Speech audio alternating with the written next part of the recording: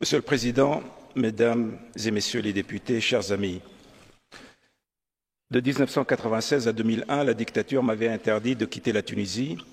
Le Parlement européen y répondit par ce document, le passeport de la liberté, remis à ma fille cadette en ce lieu en l'an 2000.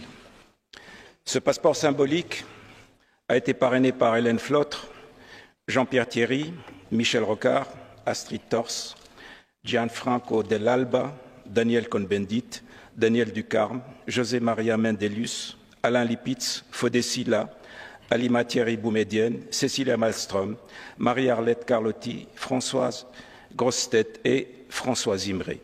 Qu'il me soit permis de leur exprimer ma profonde gratitude et par-delà mon cas et leur personne, la gratitude de tous les démocrates tunisiens et arabes qui ont toujours trouvé dans cette institution représentant les peuples de l'Europe un soutien sans équivoque.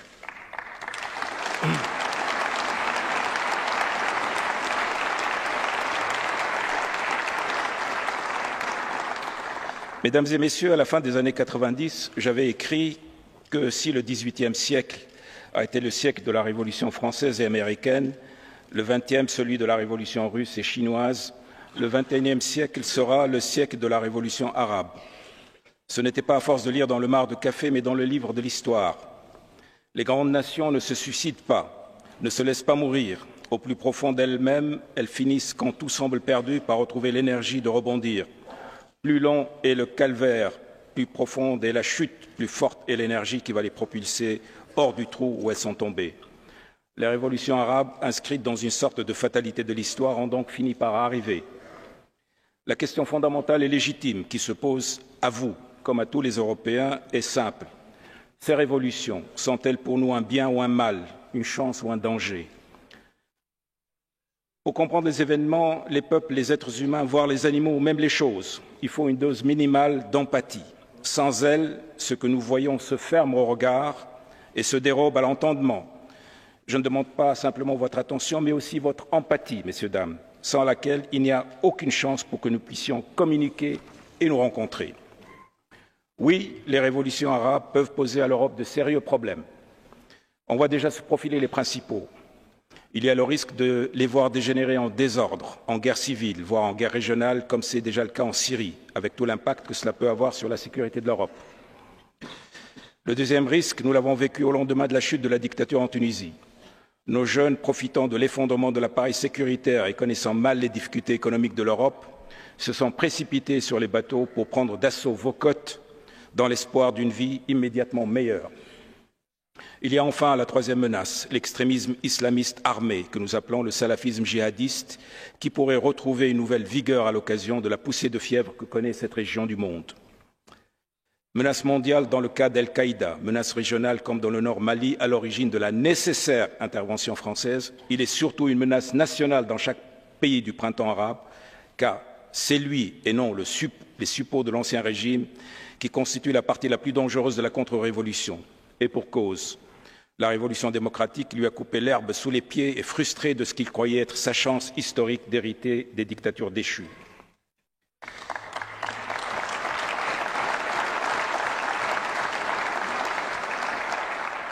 Mesdames et Messieurs, le verre est aussi à moitié plein. Non, il n'y a rien à craindre des révolutions arabes, car ce ne sont pas des révolutions nationalistes ou xénophobes. Lors de leur déclenchement, on n'a pas entendu les habituels slogans anti-occidentaux ou anti-israéliens. Et pour cause, la liberté n'est plus arrachée à l'occupant étranger, mais à une dictature corrompue et brutale qui a fini par se constituer en véritable occupation interne. Les dernières manifestations violentes de salafistes djihadistes contre les ambassades occidentales lors de cette lamentable histoire de la vidéo islamophobe n'ont réuni que quelques centaines d'individus sous le regard inquiet et désapprobateur de l'écrasante majorité. Non, il n'y a vraiment rien à craindre des révolutions arabes, car ces révolutions sont d'abord et avant tout des révolutions sociales, se battant pour les mêmes droits socio-économiques qui ont été à l'origine de vos propres évolutions ou révolutions. Non, il n'y a rien à craindre des révolutions arabes, car ce sont des révolutions démocratiques. Certes, les partis islamistes ont remporté des victoires électorales indéniables en Tunisie, Libye, Égypte. Mais n'est-ce pas la démocratie qui a amené une faction importante de l'islamisme dans son camp? N'est-ce pas elle qui leur a imposé ses règles, son éthique et en arrière-plan sa vision du monde? Non, ce n'est pas l'islamisme qui a triomphé dans le sillage du printemps arabe, qu'il pervertirait ou récupérerait comme le craignent certains. Ce ne sont pas les démocrates qui se sont convertis à cette idéologie politique appelée l'islamisme, mais ce sont bel et bien les tenants de cette doctrine, du moins la fraction modérée, largement majoritaire dans le spectre islamiste tunisien, qui se sont convertis à la démocratie. Sont-ils sincères ou manœuvrent-ils? Qui le dira mieux que le temps? Ils devront apprendre le jeu et le jouer selon les règles de la démocratie, sinon ils auront à réinstaller une dictature religieuse que les Arabes liquideront, comme ils ont liquidé celle à visage dit nationaliste ou dit socialiste. Quant à ceux qui parlent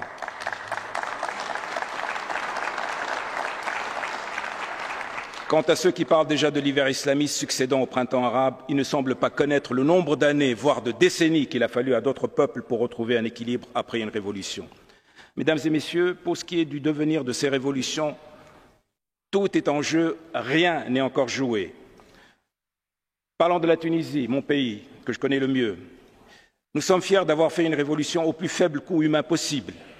Je pense ici avec une grande émotion au calvaire du peuple syrien qui, lui, paye sa liberté au plus fort prix et qui a besoin plus que jamais du soutien humanitaire et politique de tous les peuples libres et surtout de l'Europe.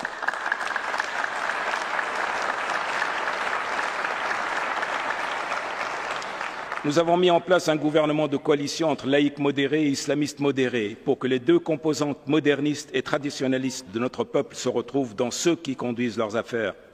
Ce gouvernement fonctionne. Il a restauré un État qui avait cessé d'exister en 2011.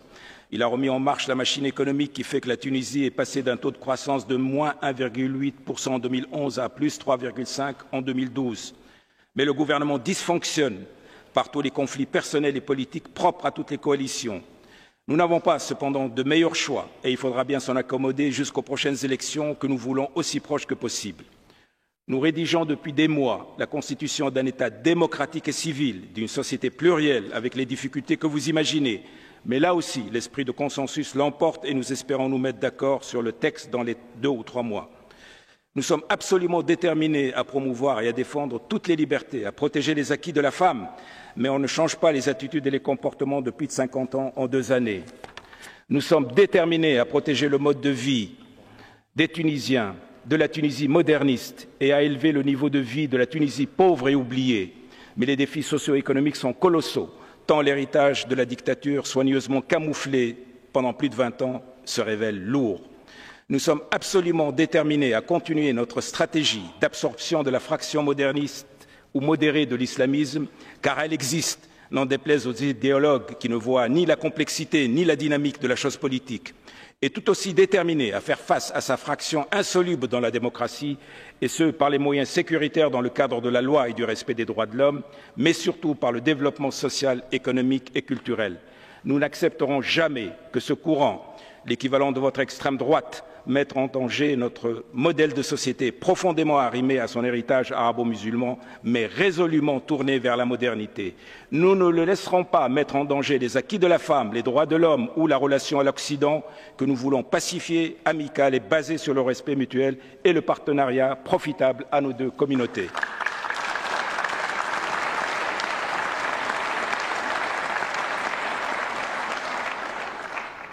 Ce chemin, mesdames et messieurs, est pavé d'embûches, beaucoup d'embûches, car nous avons beaucoup d'ennemis de cette révolution pacifique et ils sont décidés à la faire échouer. Une violence verbale orchestrée, des marabouts brûlés pour dresser les musulmans contre les musulmans. Et aujourd'hui, cet odieux assassinat d'un leader politique que je connais bien, qui a été pour moi un ami de longue date, Chokri Belhaïd, cet assassinat politique aujourd'hui même, à cet instant, sachant qu'aujourd'hui j'allais m'adresser à vous, c'est une menace, c'est une lettre envoyée mais qui ne sera pas reçue. Nous refusons cette lettre, nous refusons ce message et nous continuerons d'abord à démasquer les ennemis de la Révolution.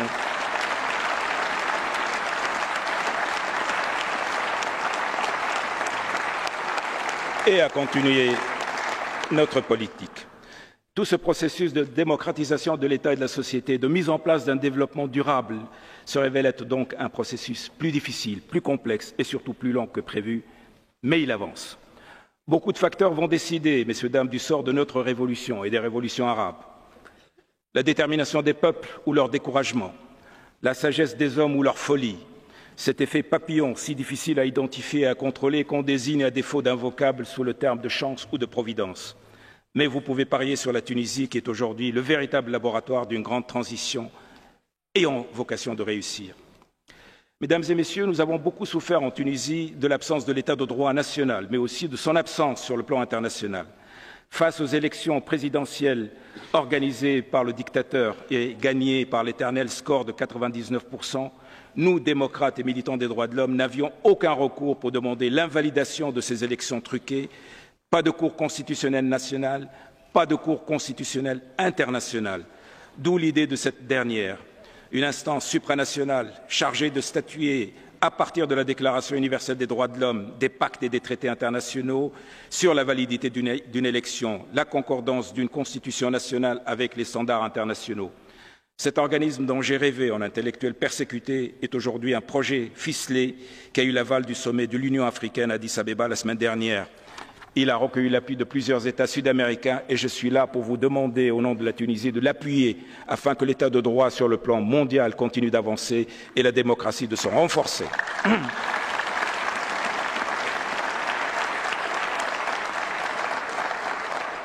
Mesdames et messieurs, nous devons certes compter sur nous-mêmes, mais nous voulons aussi pouvoir compter sur l'Europe.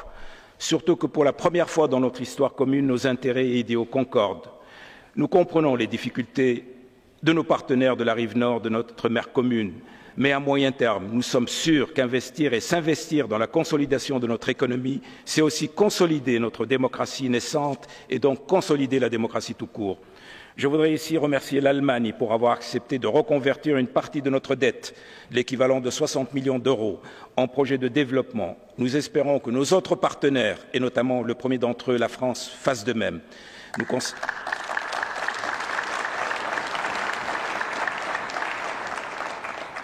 Mesdames et messieurs, au-delà de cet aspect strictement économique, il y a dans les relations entre nos deux mondes quelque chose de plus profond. Les astronomes identifient les galaxies et des groupements de galaxies. Nous pouvons identifier de la même façon des cultures et des groupes de cultures. Quelqu'un a dit à juste titre que l'Orient commençait quelque part à l'est de l'Iran. Maghreb signifie en arabe Occident. Et dans un certain sens, nous sommes des Sud-Occidentaux, partageant avec les Nord-Occidentaux que vous êtes le même héritage grec, judéo-chrétien et musulman, une histoire douloureuse partagée, des croisades à la colonisation. Tout cela a tissé des relations complexes mais puissantes entre nos deux communautés. On sait ce que l'Occident naissant doit à la culture arabo-musulmane. On sait aussi que la modernité de la culture arabo-musulmane est en grande partie l'appropriation de ce que l'Europe a créé de mieux dans le domaine des arts, de la culture, des sciences et de la politique. J'aimerais rappeler aussi que les échanges humains ne sont enrichissants pour les uns et pour les autres, surtout s'ils se veulent pérennes, que dans l'égalité. Les 300 millions d'Arabes ont promu plusieurs langues européennes qui font aujourd'hui partie intégrante de leur culture. Laissez-moi ici exprimer le vœu que l'Europe saura donner à la langue et à la culture arabe une place injustement refusée dans le cadre des relations inégales qui seront de moins en moins acceptées par nos nouvelles générations.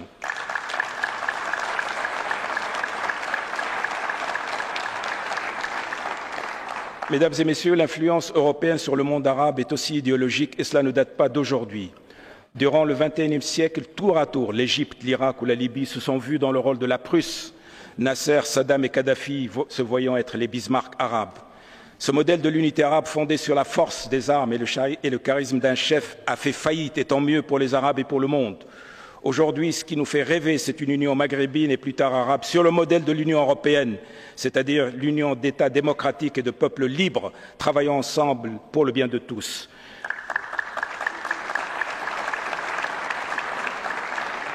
L'Union européenne nous fascine aussi parce qu'elle a réussi de plus remarquable, pour ne pas dire de miraculeux, la réconciliation franco-allemande. L'existence d'un tel miracle montre sa possibilité, aussi la possibilité de sa reproduction malgré la rareté des miracles.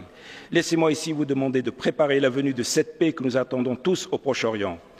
Demandez à tous vos collègues israéliens, face au blocage actuel, gros de toutes les menaces futures sur la paix dans cette région et dans le monde, de réfléchir à une paix qui ne rime pas avec reddition, ni avec une longue trêve que chaque camp utilise pour fourbir ses armes en vue d'un nouveau round dans la guerre éternelle.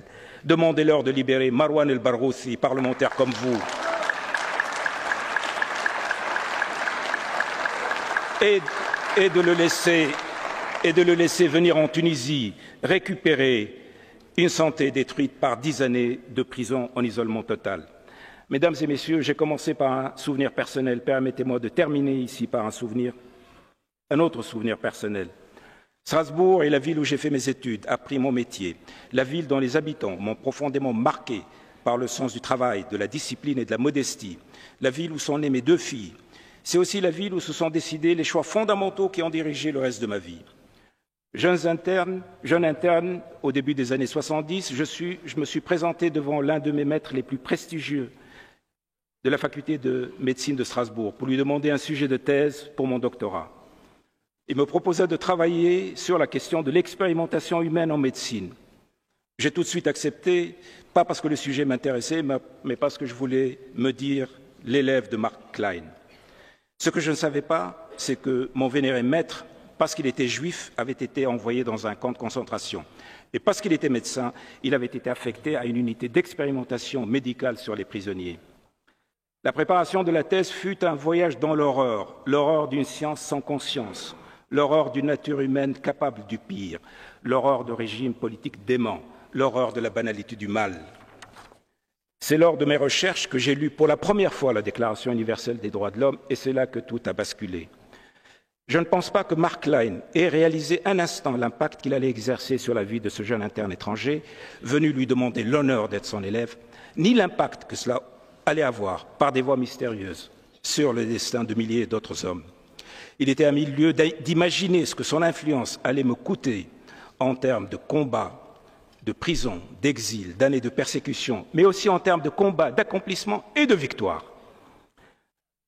Parce que cette victoire qui me permet ici d'être aujourd'hui en ce haut lieu de la démocratie, de la paix et de la fraternité entre les peuples, d'y prendre la parole en homme libre, parlons au nom d'un peuple libre, parce que cette victoire est aussi la sienne. Permettez-moi de la lui dédier. Permettez-moi aussi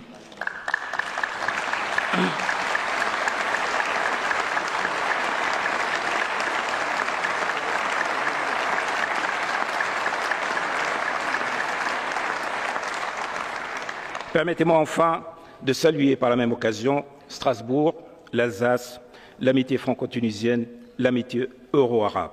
Je termine par le plus beau salut échangé entre les hommes. Assalamu alaikum. Que la paix soit sur vous.